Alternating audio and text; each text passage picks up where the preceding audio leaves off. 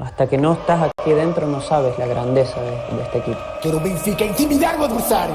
Quero o manto sagrado entrar com vocês em qualquer estádio. E estamos, pá! É isso que eu quero!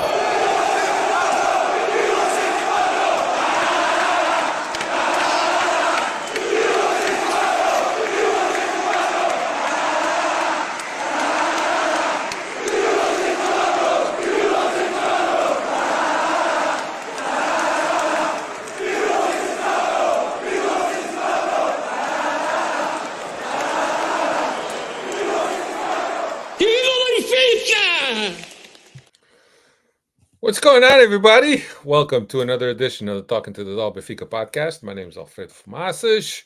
Here we are, episode 569. With me, as always, Dave de Oliveira. What's happening, Dave?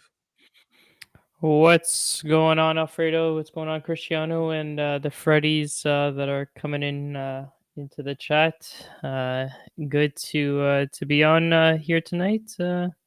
Feels like it's going to be one of those nights where we all just let it out, air out our grievances.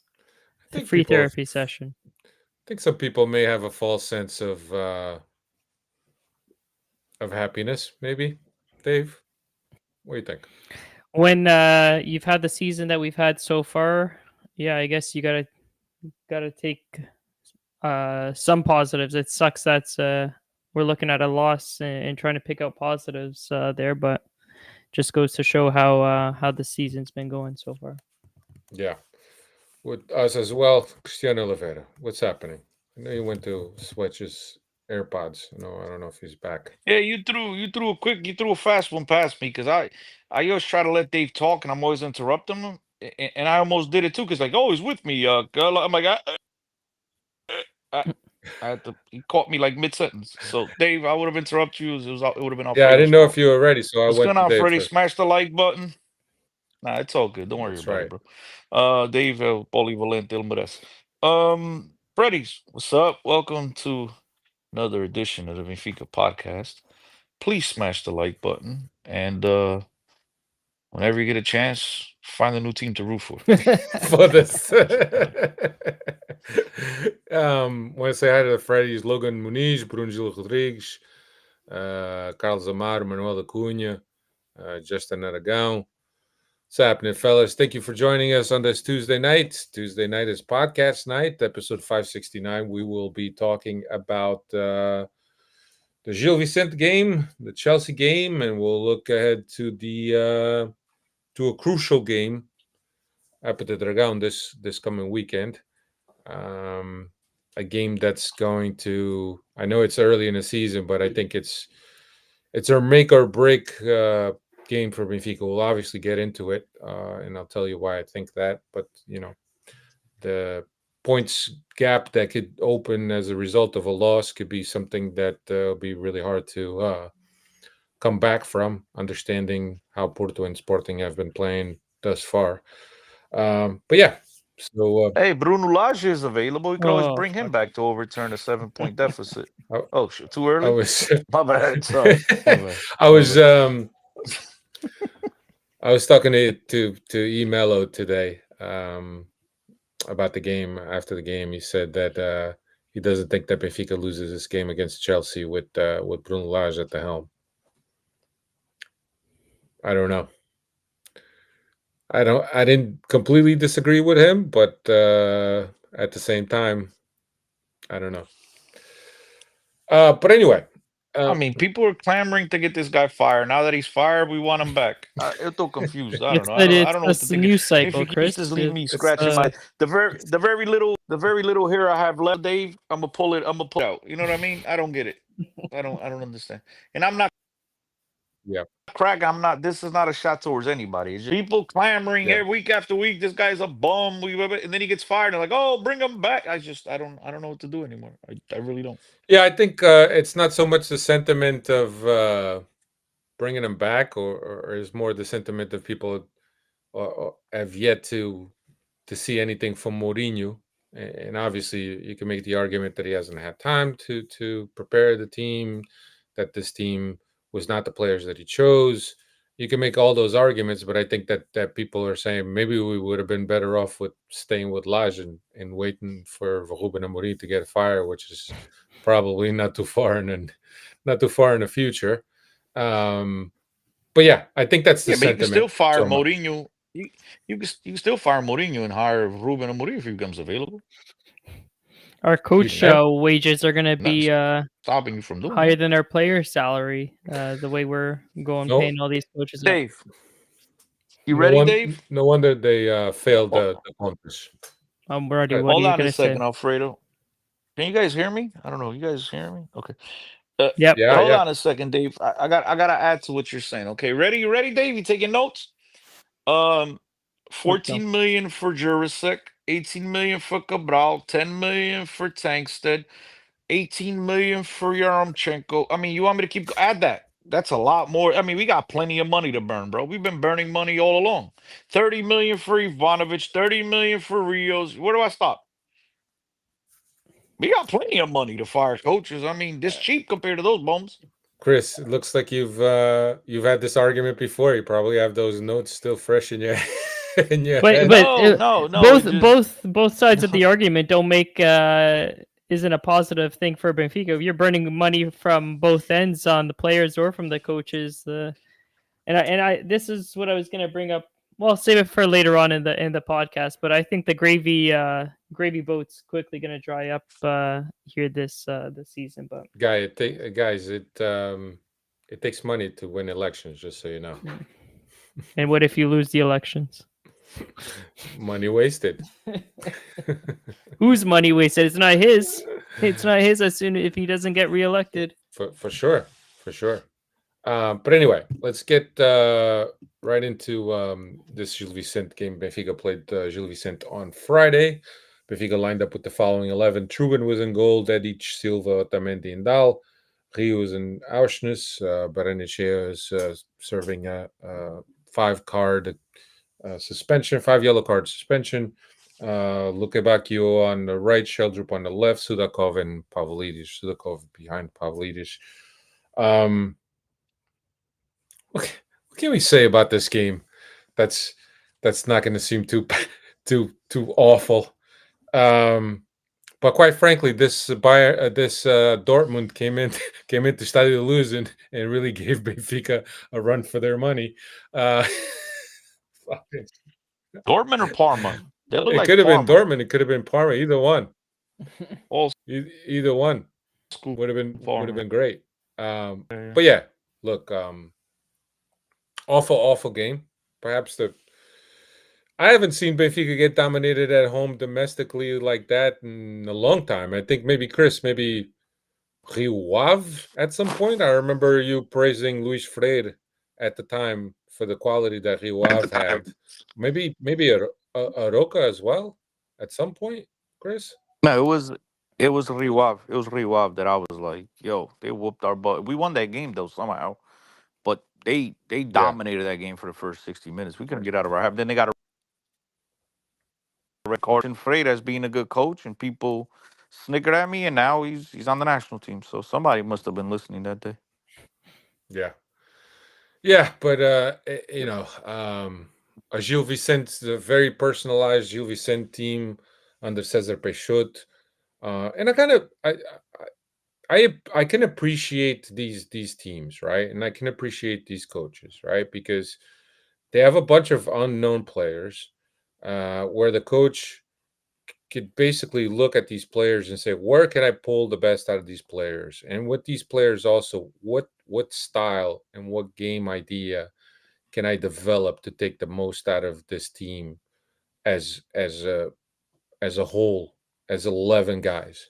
And I think that's what Cesar Peixoto has been doing so far. Couple guys that are now known that people are saying, oh, this guy is good. This guy is good. This guy is good. It's the coaching. It's the team. It's the players assimilating the coach's ideas, and the game idea and the game model. And I think it's when it's like that, it's something that I really could appreciate. And sometimes I wish that Benfica had a coach that came in that looked at all the players, and regardless of their value or of their shortcomings or some of the things that they're not very good at, to really put the players playing where he feels that we could get the most out of these players, and the one as part of a whole in terms of a team. And I could really appreciate these teams that are doing that. Moreirense is another team that's doing that in this league. And Gil Vicente came to Estádio Luz in a game that the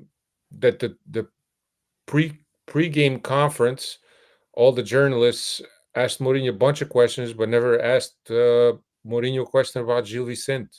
Mourinho had to kind of set up the journalists to talk about Gil Vicente because nobody asked the question about Gil Vicente, and obviously Gil Vicente has been doing good, and as the result of their position on the table, and they would actually could leapfrog Benfica with the win at Estádio Luz. I mean, they were only 1 point behind Benfica. But yeah, nobody asked about Gil Vicente, and that just shows really the culture, the journalistic culture in Portugal when it comes to football and other sports. Obviously, people want to know about Mourinho. Mourinho is a larger than life figure in the world of football. So obviously, the journalists try to get that story, try to get more of him to talk about things, but to ask no questions about Gil Vicente. And Cesar Peixoto mentioned this in a post game flash. He mentioned that, but I thought it was yeah. But there's not much we could say about this half. Benfica did win the game, and it's definitely the case that the result was better than the performance. Certainly is one of those games that you could say that. And then Mourinho, after the game, he said that team's tired, didn't play all that well. Gil Vicente was much better. Gil Vicente actually, in my opinion, and I'm sure you guys also share that opinion, deserved to get a lot more than just a loss at Estádio Luz. If they came out winning this game, I wouldn't be disappointed because they played a lot better than Benfica, and they did enough to win the game. You look at what Trubin did; he's got at least 7 saves of very high difficulty. He's obviously poorly beaten on the Gil Vicente goal that opened up the game. But yeah. I also think that goal from Gil Vicente was preceded by a foul on Antonio Silva that should have been called, and it wasn't called. I don't know what the VAR protocol is in a situation like that. I don't know if they could bring it back. I know They that did. if They did go ahead. last year in the Taça Portugal against Benfica. Yeah, but if it's so, my doubt is whether does the foul by Antonio Silva reset the play where now the referee can't go back to see if there was a foul preceding the foul that originated the goal. You know what I mean? Because usually in the goal, referees look at everything, right? Look at all the plays before the goal. But because this was a foul that was called, I wonder if it kind of resets the fact that now you can't go back and look at it.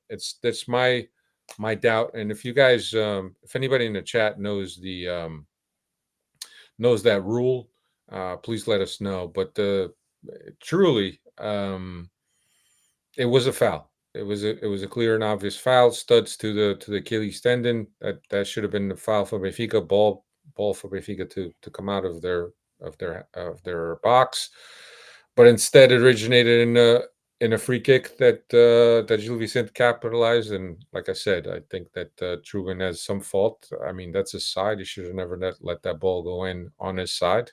So it wasn't over the wall. But yeah, then Benfica ended up getting an equalizer not too much longer after that. 18 minutes. So 7 minutes later, Pavlidis unassisted and then 8 minutes after that, Pavlidis on a PK call, which I thought it was a PK. Was that the one with that Luka that Bacchio. Otamendi got elbowed? No, that was Luka Bacchio No, that that's went different down. game, Alfredo. Okay. Jeez, that's off. That's like 3 games ago. This one's Luke Bacchio. This Luke Bacchio got sandwiched. Oh, by that's two right. defenders. That's right. That's right. That's what it was. So Benfica really goes into the locker room with lucky, to be honest, because at that time, the first half, they were outplayed by Gil Vicente. Second half, same story. But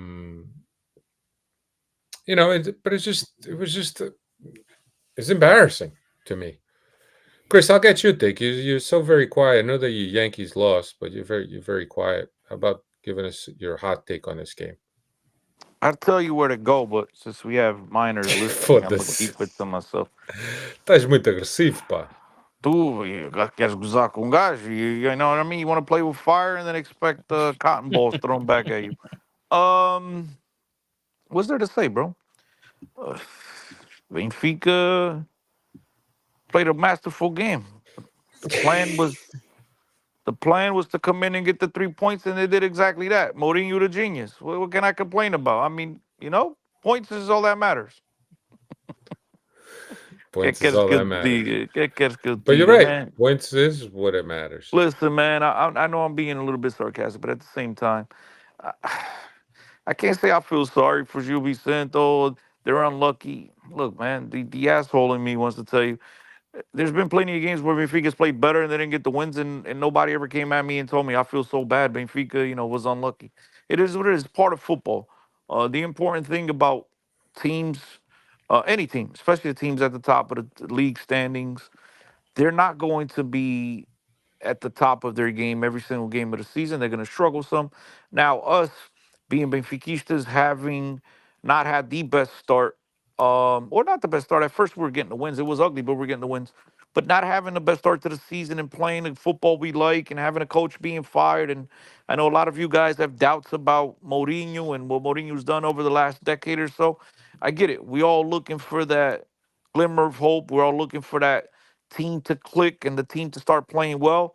And it hasn't happened yet. But at the end of the day, look, we're gonna have some ugly games and get the 3 points. We're gonna have some beautiful games and get 1 point or 0 points. You know what I mean? It's part of the season.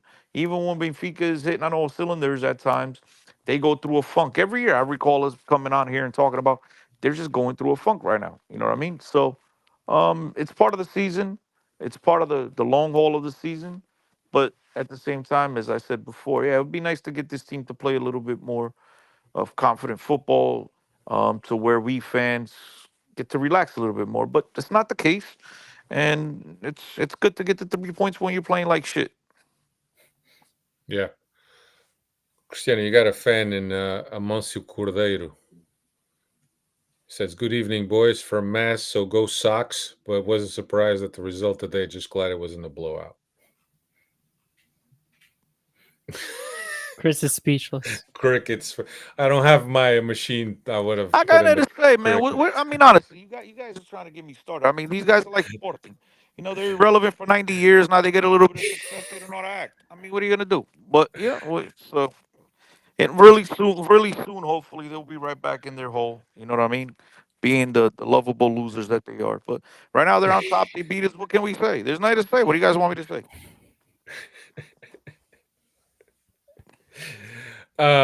But anyway, there's nothing to say. There's nothing else to say about this Gil Vicente game. It was an embarrassing game, man. It was just team was dominated. I haven't seen, like I said, I haven't seen Benfica be dominated at home domestically. Since what do you want? It was a while ago, right? It was a few years, 2 years, 2 years at least. Yeah, at least 2.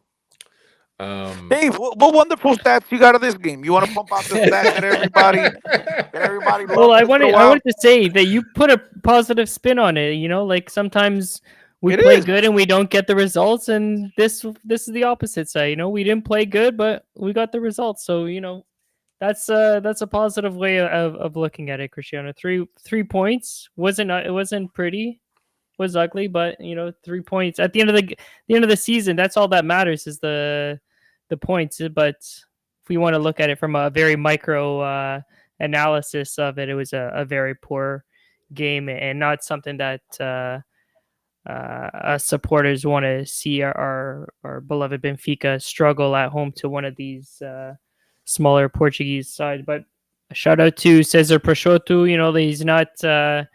You can't blame the guy and say that he's got ties to Benfica, so he opened up his legs and let Benfica Great point, Dave. had their way with them. No, he came to play us toe to toe, and he almost got a positive result out of it. So sometimes you can't say that about the other big teams in Portugal with their affiliates, but you can't hang that over him on this result on Friday here. But stats on this game, we'll start off with the positive. Pavlidis with probably the only bright spot with his 2 goals in this game, bringing his goal tally up to 7 on the season. And then the not so positive, outpossessed, outshot.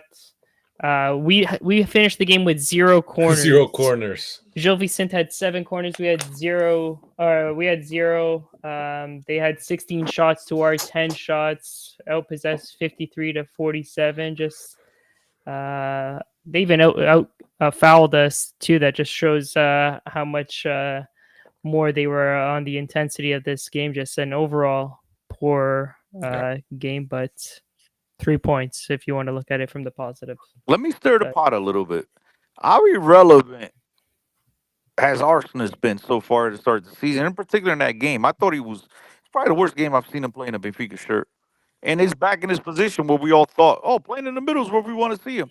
I mean, look, none of these players at this point are playing to the level that they're capable of playing. I think the only guy that's playing at that level, and everybody adores, people love to criticize him, is Otamendi. He's the guy that week in, week out, mistakes, no mistake. My man brings in his lunch pail, does what he has to do, puts in the effort. Everybody else is just out there, whether it's a lack of I don't know what it is. They're not happy with the latest catering or whatever it may be, but these guys are far from their level, and it's sad to see. Hopefully, they work out the kinks. Hopefully, got some big games coming up, and they turn things around. And like I said, the positives is play like shit, you get the 3 points. Sometimes you play well, you don't get the 3 points. It's ugly, but we'll be all right. And the last thing, Dave, don't fall into that Elder Conduto crap, bro.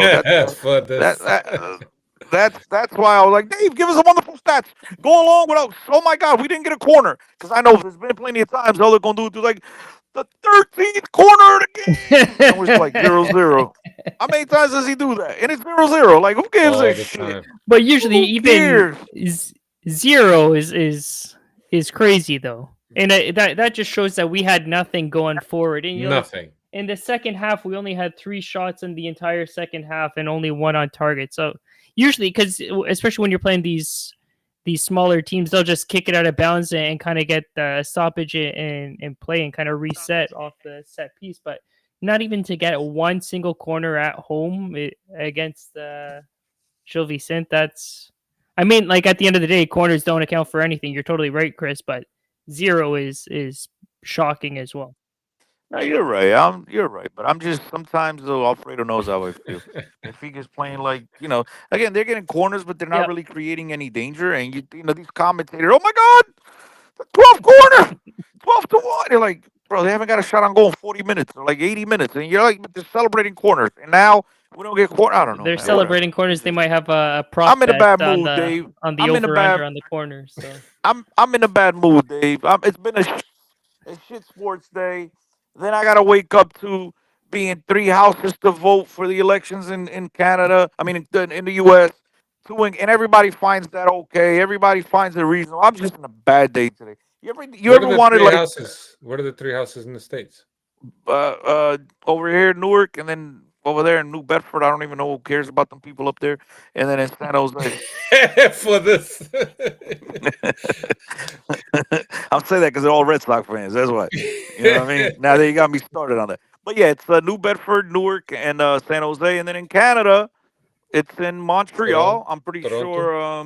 What's our boy up top? Bruno Gil Rodriguez are gonna go there, and Toronto, where Sergio Jaffoust is pretty sure going to be out there waving his pom poms for Yeah, I don't know whoever he's gonna candidate he be likes. Abraço, trying Serginho. to show up on camera. Him? No, he's camera shy, bro. All right, let's shift gears to our next game. Chelsea, UCL match day 2. Benfica traveled to London to play Chelsea. Game happened today, and I'll give you the lineup and then we could get into it. Truban was in goal. Tadic, Silva, Otamendi, and Dal, Barrenechea, Rios, Luka Bacchio, Auschnes, Sudakov, and Pavlidis were the 11 chosen. And I think I agree with Carlos. I thought that Auschnes was good today until he ran out of gas.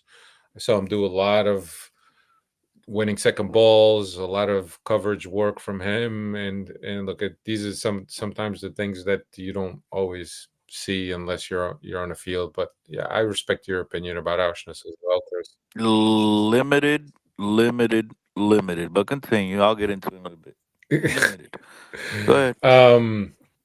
So look, I thought that Benfica had a pretty good 20 minutes. I thought that that the team played the first 20 minutes. I thought it was really good by Benfica. But I think that and obviously I don't want to kind of shit on the team, but this was a Chelsea team with some rotation. They played Liverpool over during upcoming weekend. Some rotation. Actually, Cole Palmer didn't play because he's hurt. I think that was the right back that then came in the second half was it James. He's the starter. So there was a couple changes operated by Enzo Maresca that left this Chelsea team a little bit weaker.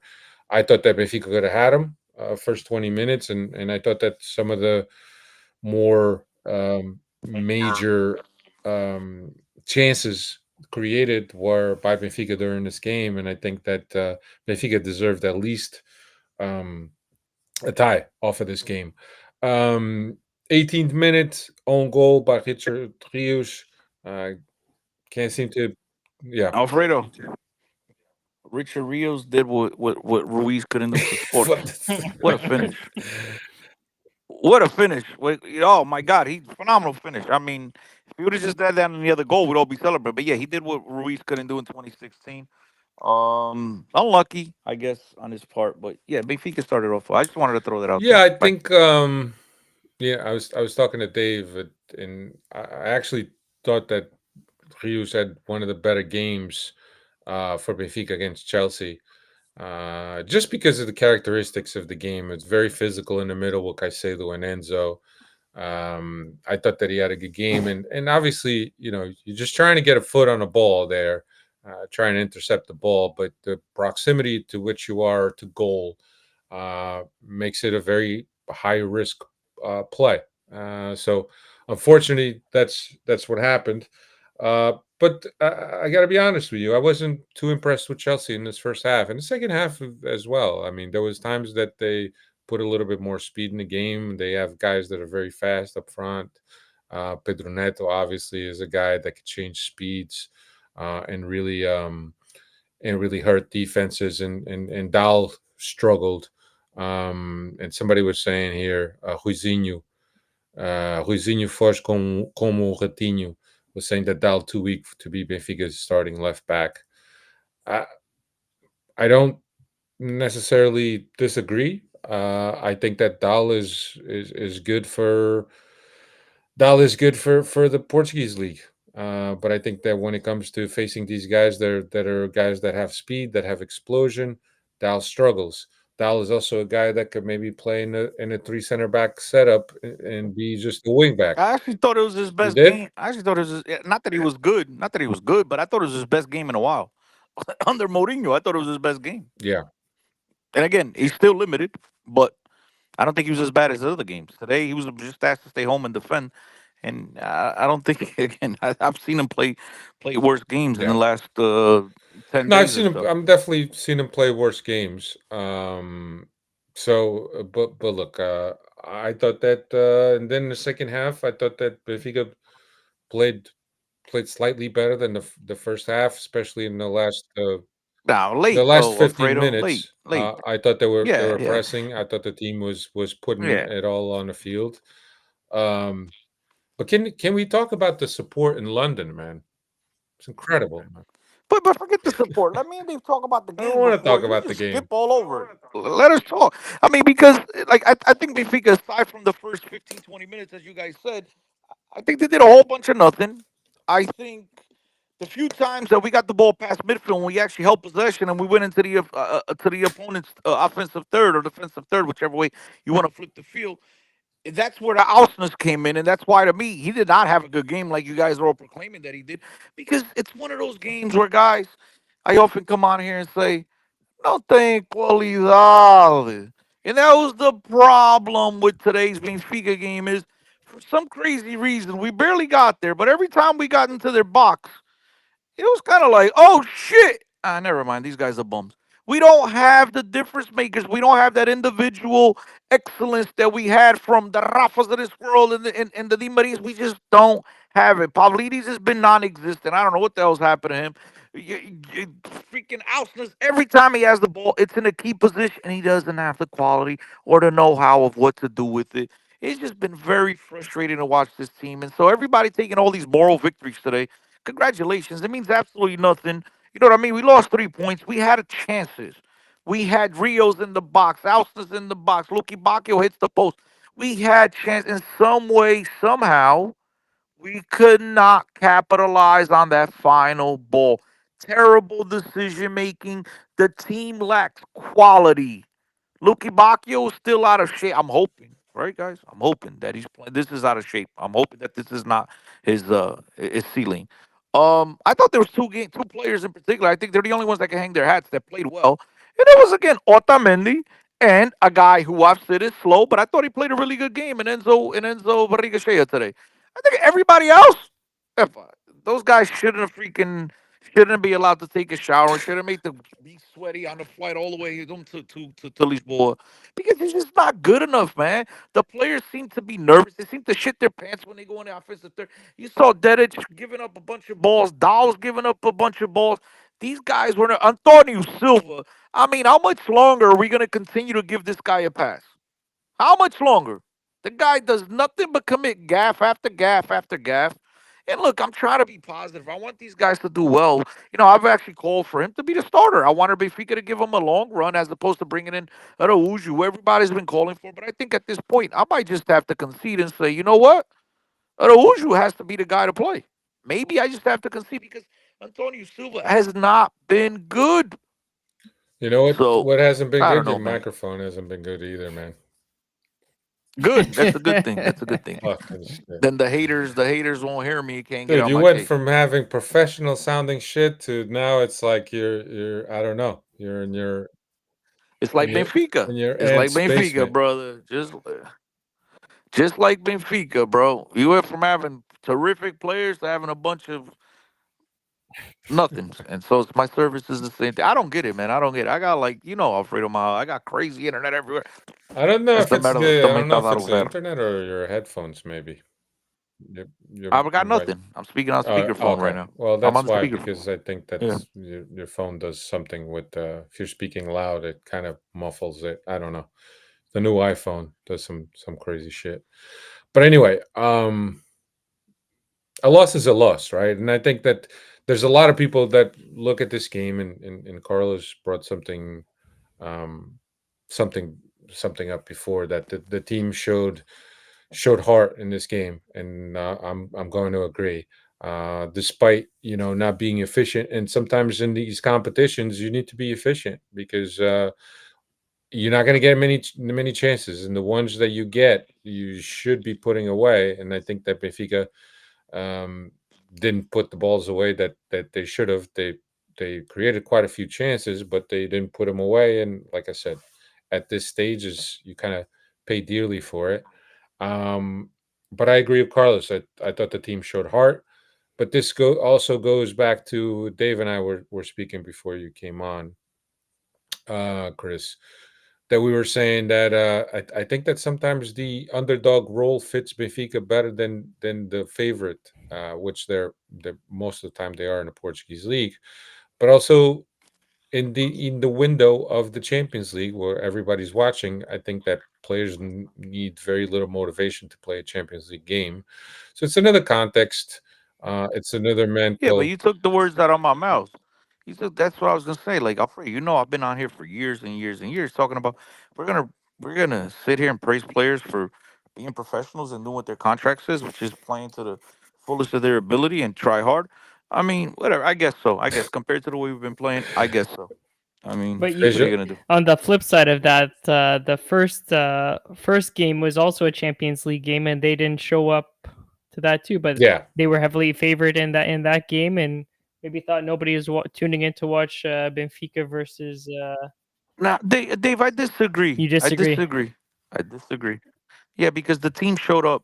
Team showed up for the first. They were up And then 2-0. They showed up, and then the fans booed them, and something happened. I'm just saying, I'm dead ass.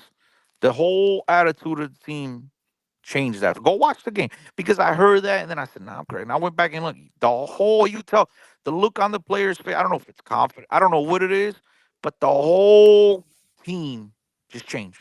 Their whole attitude changed right after they were booed because the dudes headed the ball over the net, and they got booed by the whole crowd and whistled and whatever, and the whole game changed after that. So I mean, the team came to play, and then just the switch went off, and they shit the bed. yeah, but at the end of the day, I thought that Benfica competed.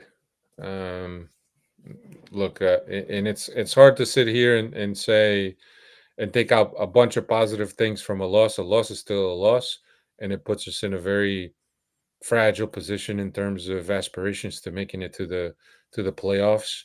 That will give you access to the round of eight. But certainly, and I think that Carlos was saying that. I forget. I wanted to bring up that comment. And I just had it up. He says that in my worthless opinion, the team was mentally fragile today. They showed a bit of bite. Mourinho would say. And I think I agree with that. But then again, it could all be because of the context. Playing Champions League in front of everyone, European, so on and so forth. So those things sometimes could really set the mentality a little bit different in the approach and the way the players prepare mentally for games like this because they know it's a big fixture and it's a fixture that they get exposed, that people are watching on TV, so on and so forth. So great atmosphere at Stamford Bridge, especially the atmosphere created by Benfiquistas, which never stopped, by the way. And I know Cristiano wanted to talk about the game and not talk about the support, but I'd be. Yeah, because that's all news. Benfica fans, Benfica fans make more noise everywhere around the world, but one stadium tries to lose because over there For that shit is this. dormant. We say all the time, Benfica is up north. It's a different. I'm serious. I'm not even being funny. You're I'm right. serious. Benfica. Is there any doubt that Benfica gets support from their fans at every stadium they go to?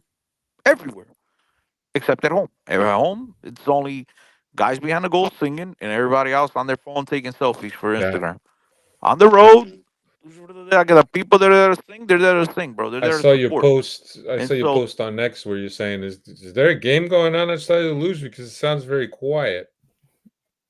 that was the other day, yeah. But today I did say I tip my cap to the fans. I mean, look, that's what I'm saying. Talking about it is kind of like acting like this never happens. I mean, this is the Well, norm. This is the norm.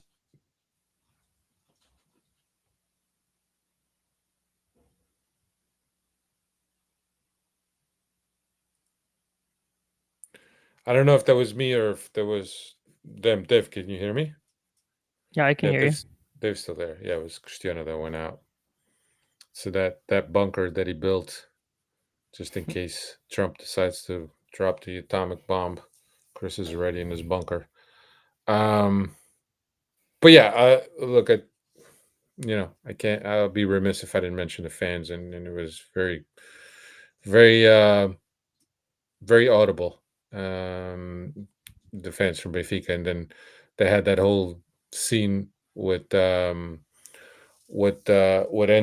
as well, right? That they were throwing bottles at him when he went to take the corner.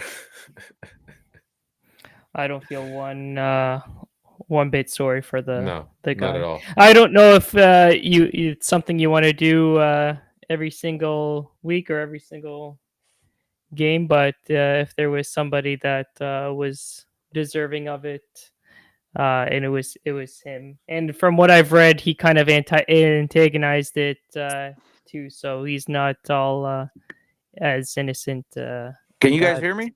we Yeah. can hear you.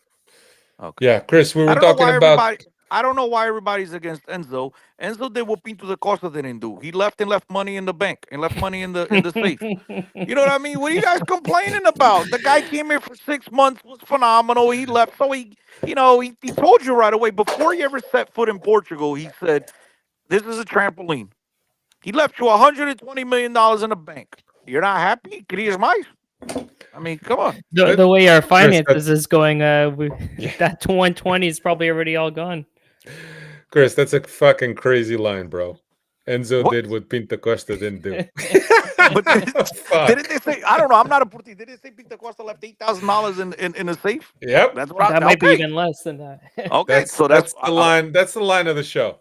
I Okay, love so that line. 120 million is better than 8,000. You know what I'm saying? So, the hate friends, I don't get it. I don't get it. Listen, man, he's not one of our own. We got our own players that come up through our academy. That I'm pretty sure there's a couple of guys there on the chat that swear by Seychelles, maybe those guys can't wait to leave, and they love them. They love these guys. But the guy that's not from Seychelles has no ties to Benfica, give a shit about Benfica. He's just coming over to Europe and trying to get his foot in the door. We're gonna hate him. Okay, that makes sense. You know, it's the hypocritical stuff that we get from Benfiquistas all the time. But what can I say? I'm not surprised. I see it on a day-to-day basis. Yeah, absolutely. Dave, you got stats? Stats. This is the sixth time that Benfica has losses through their first two games of the group or league stage of the Champions League. In the previous 5 outings, Benfica have always been eliminated, and they've never gone past the group or league stage. So got that to look forward That's a to stat, here. bro. That's the stat. What was the stat? Say that again, Dave. I'm sorry. What was the stat? Sixth time that Benfica has lost their first 2 opening games of the Champions League in the group or league stage, and they haven't managed to qualify. They've been eliminated the 5 previous. And they still got Newcastle, Real Madrid, Napoli, the Juve, All-Star team, Ajax, the Leverkusen. Figo All-Stars, Zinedine Zidane All-Stars. They still got all Yeah. those teams. Yeah, they're yes. And look, last year I think Union Gilloise was the last team to qualify, and they qualified with I think either 10 or 11 points. 11. So I think it was 11. You're trying to rack your brain in terms of where Benfica going to get 10 points, 11 points from the games that they have to play, and that's a very tall ask. We're gonna have just enough. Then we're gonna sign Benzema in January, and we're gonna beat Real Madrid. We're beating Real Madrid with Benzema. That's it. You heard it here first, ladies and gentlemen. Estou brincar. Yo, don't hold me to that. I'm don't hold me to that. We'll see it tomorrow on the Facebook AI News. You heard it here on the Benfica Podcast. Yeah, Benfica Podcast host reveals a secret. Predicts Benzema is on his way. I mean, you're not the only one. There's a couple of news outlets that've kind of picked that up. And no, I know. That's why I'm repeating. What do you mean I'm not the only one? I ain't saying shit. I'm just being. That's what I picked. I'm being, facetious. I mean, whatever. That's what I picked up. Mourinho denied it. That was one of the questions at the Gil Vicente press conference. Nothing about Gil Vicente, but Benzema coming to Benfica. That's the state of the Portuguese media. Yeah, Mourinho did say that that the last time that he spoke to Benzema was a while ago, that he hasn't spoken to him at all. Last time Mourinho saw Benzema, he was loading his bags on camels. It's been a while. It's been a while. All right. Turning our attention to the Classico, Benfica plays. When do they play, Dave? Sunday at they play 3? Sunday. 3-8 local, I believe. 3 local, 3 our time, 8 o'clock local. Or it's actually 4:15 our time on Sunday. Does the time change in Portugal this weekend? 4:15. That's 9:15 in Portugal. Yeah. Usually the games don't start that late, so maybe the time does change in Portugal this weekend. Espera aí, I'll do some. No, não I'll pode be a ser. Não stats pode guy. ser. Because the time fall back, so it wouldn't be. It is showing 21:15 on 00, so that's 9:15. 15. Yeah. Wow. Maybe with the international break, they're trying to cram all these games in, and they opened up at October 26th, bro. So it's not even that. It's October 5th. So no, it's not that. Okay. It's just Sport TV that wants more people to fall asleep during the game, so they try to put it as late as possible. They have to put that shit on after preço certo. Price is right. Dave, for those of us that don't know what Porto's been up to this season, break it down. For those who haven't known and been living under a rock, they're undefeated through the first 7 matches of the season, in first place in the Portuguese league, 7 wins through 7 matches. Historically, 93 wins, 62 draws, 102 defeats in the previous 257 meetings. And However, how many goals have they allowed this season? Let me bring that 2 up goals? here. They've been solid. Only one in all competitions. 19 in the Portuguese league they've scored, and only 1, and that was against Sporting. That was it. Yeah. So they're looking good. Still early, but if you want to put a positive, we don't have too many positive historical stats against them. But last season we picked up the 4-1 victories at home and away, and our last 5 against them, we got 4 wins and that one defeat, which was the 5-0 spanking at the Dragão. Last season we beat them twice, right, Dave? 4-1 each meeting at home and away. Yeah. Look, read Manny Valadon's comment. He says, yes, Montegas was bitching in an interview about it being late before a workday. I guess talking about the game being at 9:15. Yeah. Sunday night. We all know that the Portuguese league is, in terms of organization, sucks. That Sport TV is really the one that drives the schedules, and that's why they can't schedule games that early, because Sport TV has to figure out their programming. But look, I think that if you're a follower of the podcast, you know how many times we have spoken here about Benfica going to the Dragão and what that usually entails and this and that. I don't want to bore anybody with the same conversation that, they come into your house, they eat your chicken, they throw the bones on the counter, they smash your wife. Yeah, that's the usual conversation that we have here when Benfica plays Sporting, or Porto rather. But here's the thing, right? And what I wanted to say. Currently, they're 4 points up. If we lose the game, we're 7 points down, and I think that it's a big hole to cover, understanding how consistent both Porto and Sporting have been this early in a season. Yeah. Dave, what do you think, Dave? You're back. Yeah, can you hear you now? You keep dropping off, dude. I was going to say, keep in mind that if Benfica does lose the game and Sporting wins, we'll also be 4 points behind Sporting for that much coveted second place spot for the Champions League qualifiers. And that's what I was going to say.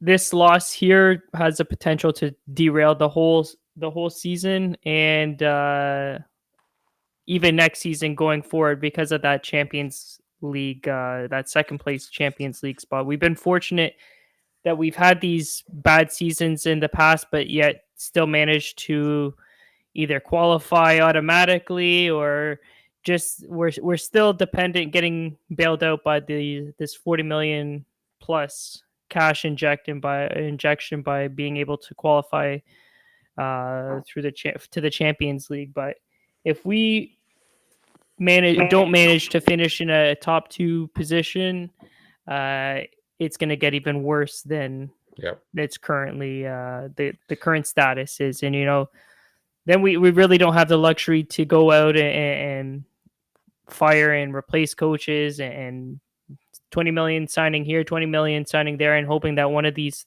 players hits. Then we really have to be methodical with our finances, and it's going to be players having to be sold to kind of balance the book. So, but Dave, we could sell Arsenals and Chaldrup, bro, for like 90 million each.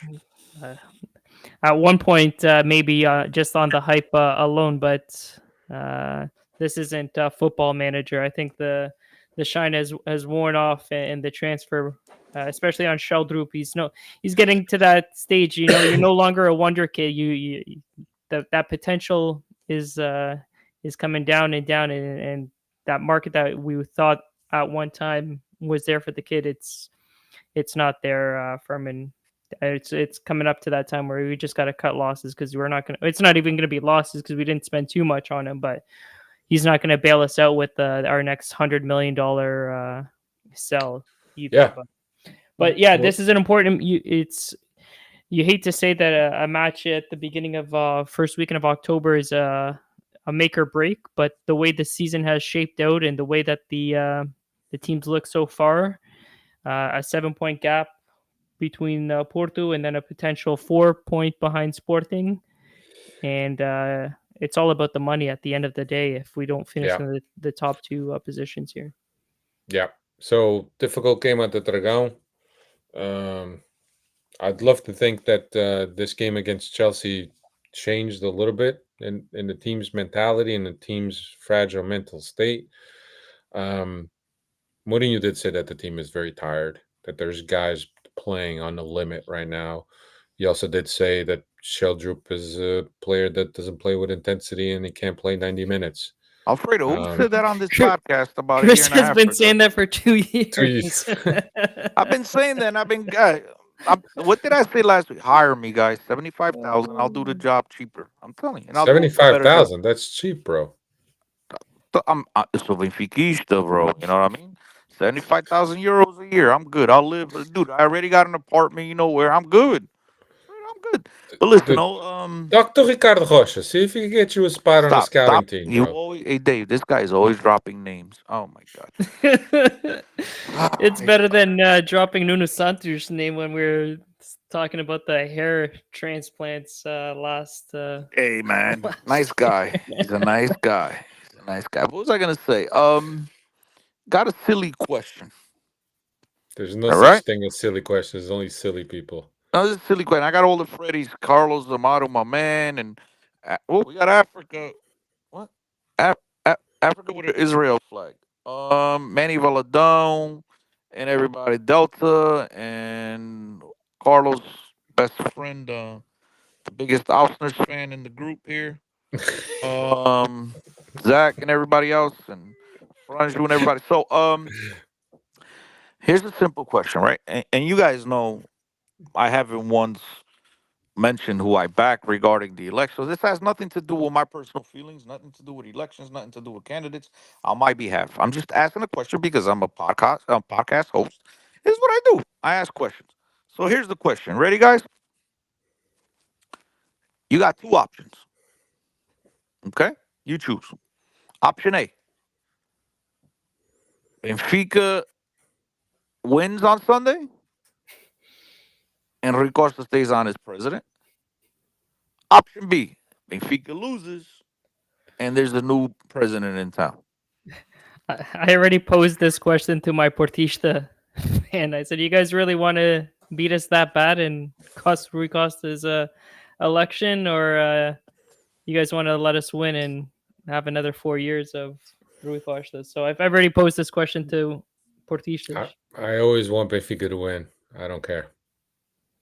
I would never root for the team to lose if they meant to change presidents. So I hope we're fortunate that we can pick up the 3 points and still get a new president. How about that? That could But very then well again, happen. you guys are cheating, bro. You know what I mean? You guys are not good at following rules. I made the rules up. It's option A, Cristiano, I just option told B. you. There's no option Win, C. I think, Alfredo, can I be honest? I win. think you're saying that because you're afraid to get Hugo on your case because you know Hugo's going to jump on you. Nope. I'm always going to say I want Benfica to win. I want Benfica to win always. Unless Man, it's win by cheating. If it's win by cheating, then no. I used yeah, to be I a always Zach want fan. I used to be a Zach fan until his last like 3 comments.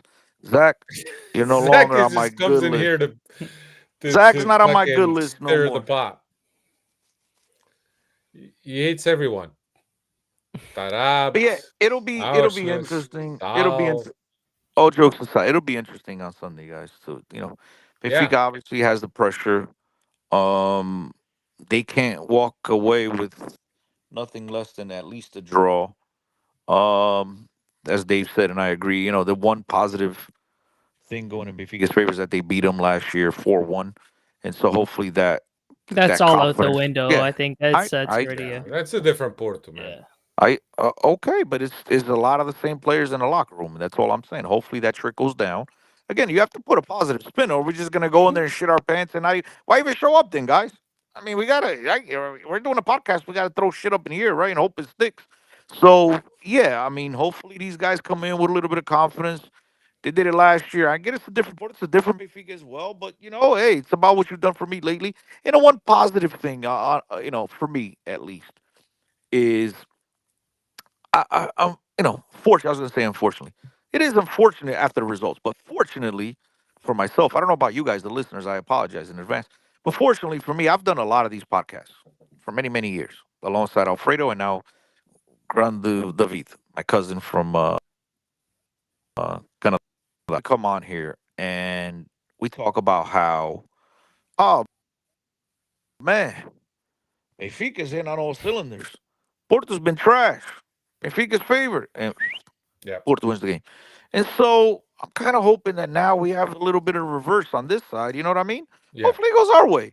Porto's definitely favored. Absolutely. Benfica's not been playing well, but hey, man, why can't the ball bounce our way once in a while? Maybe it does. We'll see what All right, happens. guys, we're going to get out of here now. Thanks, everyone, for joining us, for listening to it, and hopefully Benfica wins on Sunday. Forza. Carrega. Later.